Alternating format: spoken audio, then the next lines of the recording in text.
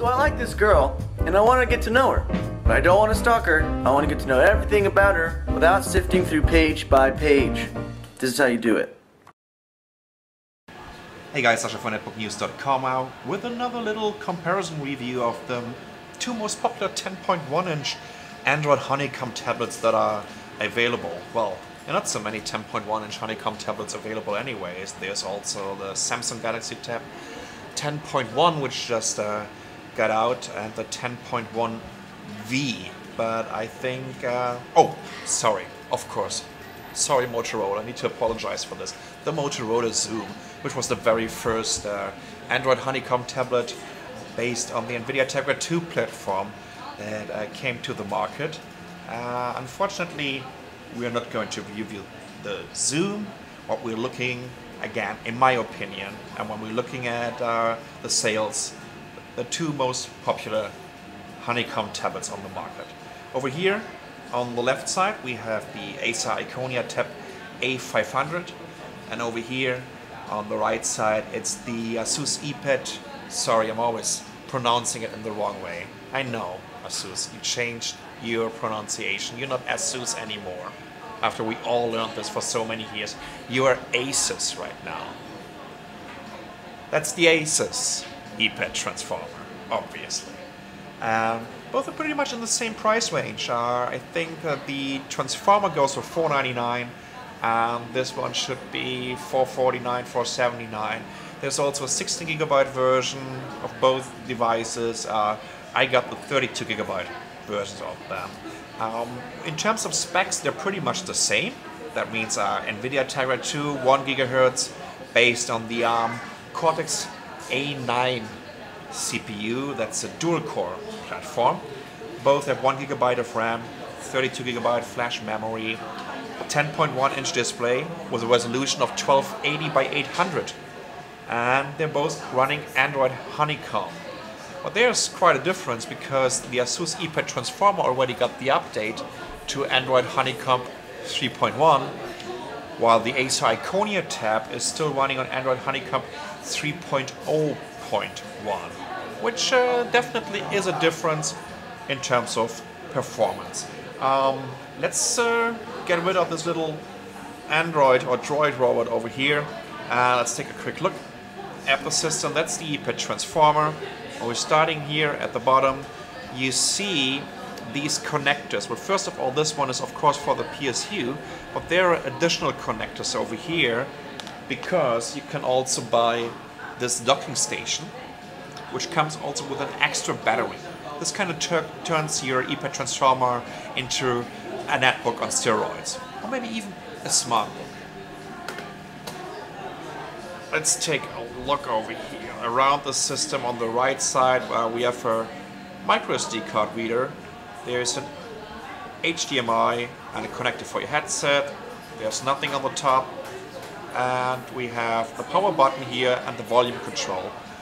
There is I think it was a 1.2 megapixel or 2 megapixel. I'm always mixing up, sorry about that. But for sure there's a 5 megapixel camera on the back. I really like the look and feel of the Eee transformer. Even though it's kind of plastic surface, it looks like it's like a honeycomb structure actually. It just feels very solid in the hands, and it's quite thin on the sides. It's getting bigger while you're coming to the center of the tablet. It's light. I think that was like 680 grams, the ASUS Eee transformer. So yeah, very decent tablet.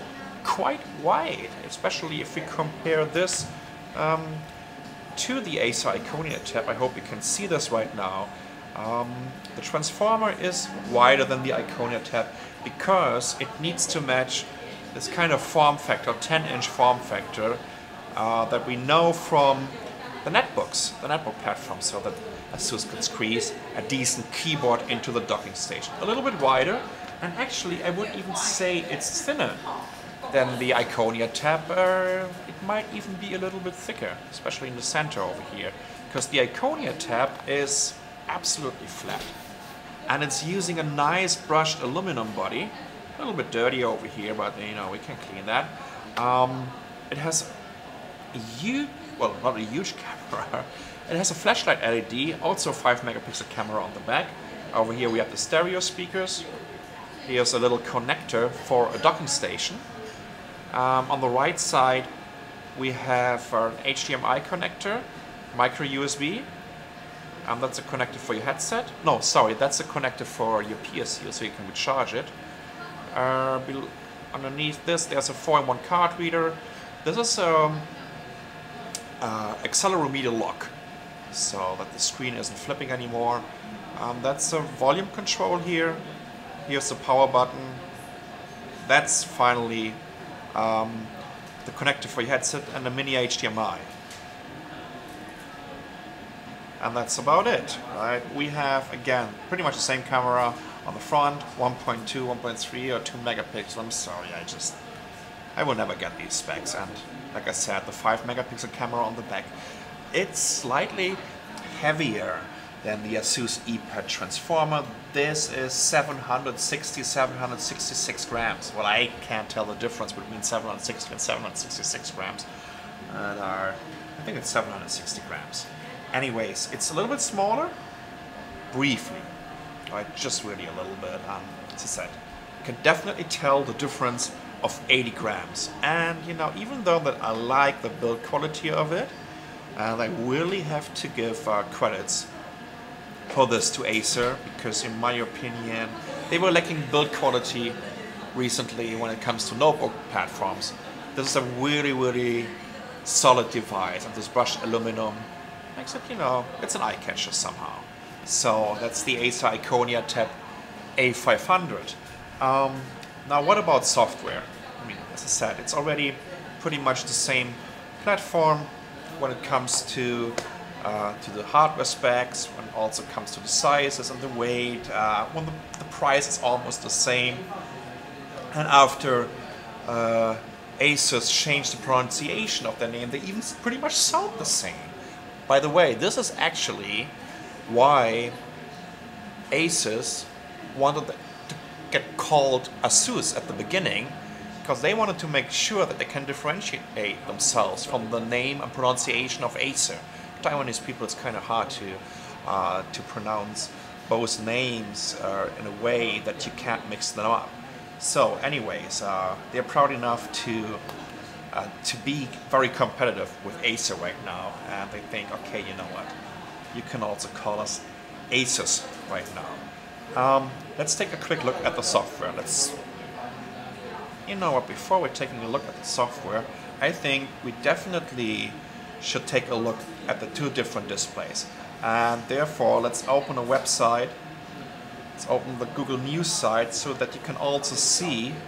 I hope we can get this on camera, because in my opinion there's a huge difference regarding the displays. This is an IPS display, so it's the same display technology that we're also using for an iPad. Now look at this. When I'm using a white sheet of paper, right, you can really tell the difference right now between the two displays. This is really very white over here, or this is, in terms of the colors, definitely not as good as the display of the ASUS. Oh god, I said ASUS again. ASUS Eee transformer. I'm gonna learn it. I'm gonna learn it the hard way by doing like the next 500 ASUS videos. So that's, it's obviously that there is a huge difference when it comes to the display technology. Let's maybe open the same news. Okay, let's get on this side. Let's use the stock browser, because I've been also installing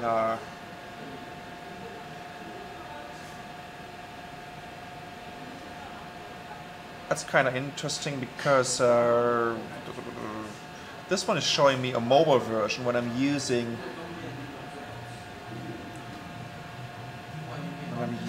the traditional, or the default browser on the Acer transformer. And the funny thing is, on the ASUS Eee transformer, Jesus, I'm getting there.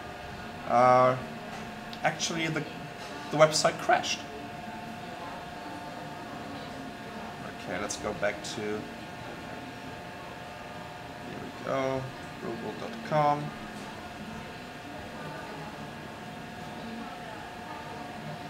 And let's just choose a different site. Let's go back here. And let's take a quick look at viewing angles. I think that makes a little bit more sense. Okay, how's the viewing angle on the Eee transformer? Let's try on the horizontal one. That's, in my opinion, very decent. I can't see any changes in color. Right. See that? And again, look at the direct comparison. That is a difference. What about viewing angles? I think even the viewing angle isn't as good as on the Eee transformer. You can see how the colors are getting a little bit wishy-washy. So what about the responsiveness of the browser in terms of the accelerometer? That's very quick, right? Okay, let's try this on the Eee transformer. Oh, that's almost the same. What about pinch to zoom? Alright, let's do a double click here. Oh.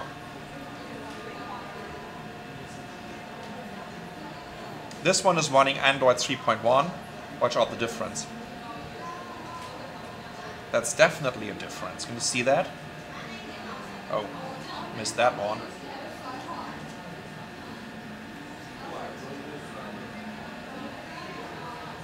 Same with the pinch to zoom. I think it's just a little bit more responsive on the Eee transformer. In my opinion, also due to the update of Honeycomb 3.1 compared to 3.0.1 over here. Another huge difference, which is a matter of the updated Honeycomb, is look, this little quick menu over here, where you can just navigate through the tabs, and you can go back and you can refresh it, and you can bookmark sites, and you can bring up the settings. Of course, this also works on the other side. It looks a little bit different on the Acer Iconia tab. See that? But it almost has the same function. Well, not all of them. Some are missing, but it does the job, right? Okay, now let's go back. Let's go back to the desktop. Well, I'm running animated backgrounds on both devices right now. And there's also another difference that you can see. Right? You know what, let's check out the accelerometer here. That's maybe better for the camera. Okay, so let me show you the differences right now. You can see that ASUS changed the system icons a little bit. I think it looks better. It's very bright, and again, this is kind of, well, it's the same system icons that we know already from the Motorola Zoom. Also, ASUS used their own little widgets for weather and for the date and for emails, while Acer is using the stock Android ones. I've been installing a couple of applications already on both devices, but let me show you something that is also different. With the Acer, they have this little platform. Fortunately, it only works in this mode, where you have kind of different environments for games and for ebooks and for social media stuff and media apps in general. So I'm not sure why they're using it, because it is just a GUI or a front end on top of a front end. I'm not sure if I want to use this as my tablet launcher. Kind of looks cool, but hey, do I really need this idea of having this shelf over there? I think it's just a waste of screen real estate. So while Asus is just not doing anything like this, but they also have a couple of customized applications. Let me show you. It's this My Zine over here that is showing you recent pictures you took and music that you've been listening to, and also give you another little weather widget and mails and events and whatnot. Do I need that? No, not at all. I think it's also a waste of space and memory on this device, so I'm sorry ASUS, I'm just not using it. What about the responsiveness of the Android Honeycomb desktop? If we compare this one, so take a look at this. Even though that I'm wanting a way more complicated wallpaper, or let's say CPU intensive or CPU intensive wallpaper on the ePad transformer, it is just very smooth, right? While over here on the Acer, it seems to drop some frames. It's a little bit, can you see that? The animation is not as smooth as on the ePad transformer. Again, that's a matter of Honeycomb 3.1 compared to Honeycomb 3.0.1. You know, besides that, I think that's it pretty much. You might want to ask me what's about battery life. The ePad transformer runs between 8.5 and 9 hours of battery life. Or I'm not kidding. Both screens, of course, are set to full brightness right now. I've been using this on like 70–80% of brightness, both of them. Connecting them to a Wi-Fi network, just surfing the internet, doing video playback, playing games. And so I ended up around 8.5–9 hours of battery life. Standby time is also great. While the Acer Iconia tab A500 is at, I would say, 7.5 to 8 hours of battery life. Around an hour less compared to the ePad transformer. So my final verdict for this is, if you want to get an Android Honeycomb 10.1-inch tablet in these days, both of them are really good tablets. But if you want to have a tablet with a little bit more functionality due to this docking station, which also adds 7 hours of extra battery life to your platform, it kind of turns it into a netbook, smartbook, whatever, net vertical, convertible, I don't even know how to name this new category. You really want to look at the ePad transformer, and especially because this is the way better display. Also, it seems to me that ASUS is a little bit quicker when it comes to the rollout of Honeycomb updates. I like the look and feel of the ePad transformer. It's a little bit lighter. It just feels better in your hand. And therefore, even though that I can actually recommend both tablets, I would tell you, you know what, if you need to decide between the Acer Iconia Tab A500 and the ASUS ePad transformer, get the transformer. You can't go wrong with it if you want to get a Honeycomb tablet. So that's the Acer Iconia Tab A500, that's the ASUS ePad transformer. I'm Sascha von netbooknews.com. Thanks for watching.